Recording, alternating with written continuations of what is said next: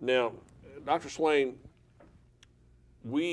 as I've read through this whole Vanderbilt controversy, it's almost like Alice looking through the looking glass. I mean, it just defies common sense. It defies any understanding of what the meaning of words means to have the rules in place that Vanderbilt University has put in place for groups on campus.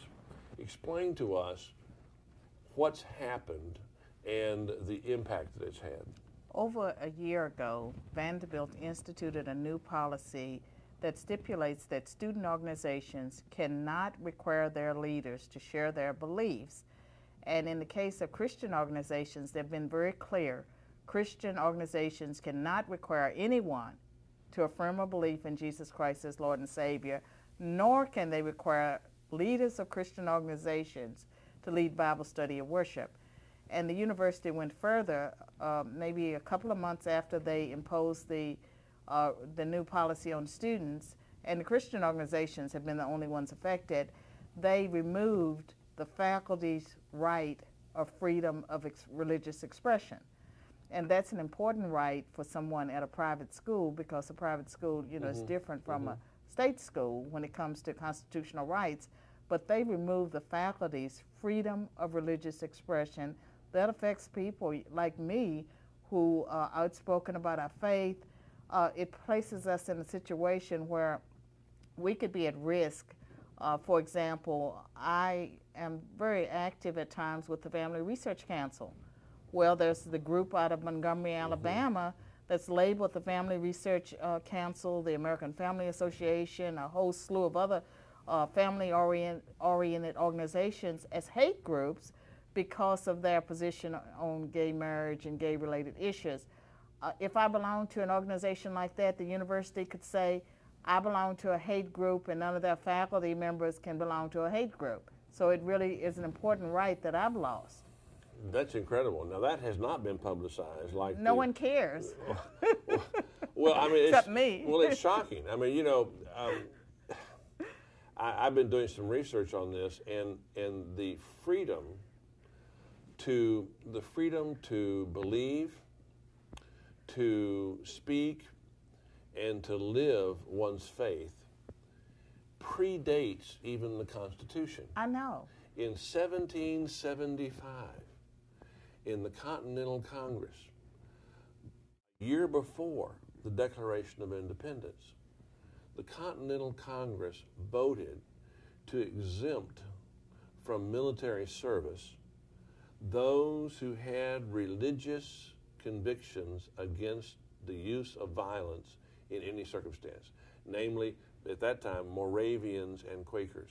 So in the midst of the dire peril of a British invasion fleet looming on the horizon to try to reimpose British hegemony over the colonies, they still said, we believe in the freedom of conscience of people who, for religious convictions, do not feel they can participate in any military service.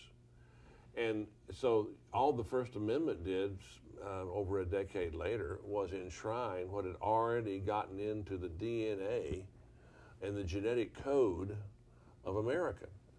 Now, this is totally contrary to that. This is saying that you are not free.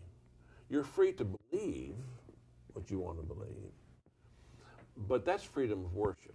That's not freedom of religion. You are being denied your religious free speech rights and your religious free practice rights.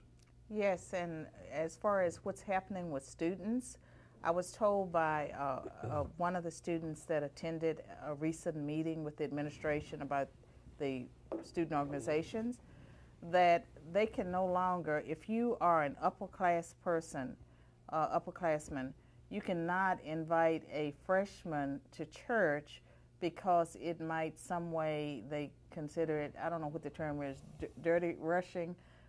They feel that it would give the fraternity or sorority an unfair advantage if someone were to invite a freshman to church.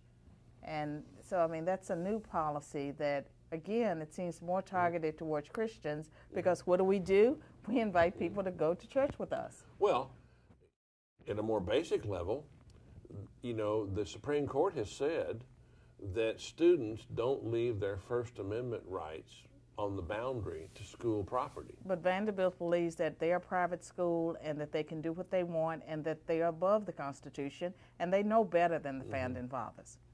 So they're basically saying that as Christians, as one of the tenets of our faith is the Great Commission.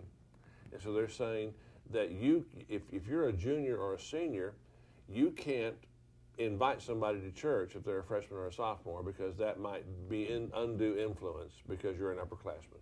Yeah, and they connected with the fraternities and sororities, the rushing. I don't understand, you know, that language of fraternities, but that's how it was framed. But basically, the impact is that if you come in, if I were a senior or a sophomore and there's a freshman from my hometown and I want to invite them to go to church with me, I could run afoul of university rules if I belong to a fraternity or sorority. The other problem with Vanderbilt's policy is that they exempted the Greeks. They have framed it as an anti-discrimination policy, and yet they exempted the Greeks. But not Christian organizations. No, and I mean, and I think that I don't care, you know, about the Greeks, but if they're going to exempt a group, they should exempt the Christians on the basis of religion and the Constitution and our tradition. But no, they exempted the Greeks. And I think a lot of it has to do with the fact that the Greeks are more powerful and that a lot of times as Christians, you know, we're passive. We want to love people to death, and, you know, we're supposed to love our enemies and be like Jesus Christ. But I think there are a lot of people in the world that sort of take advantage of the fact that many of us are passive.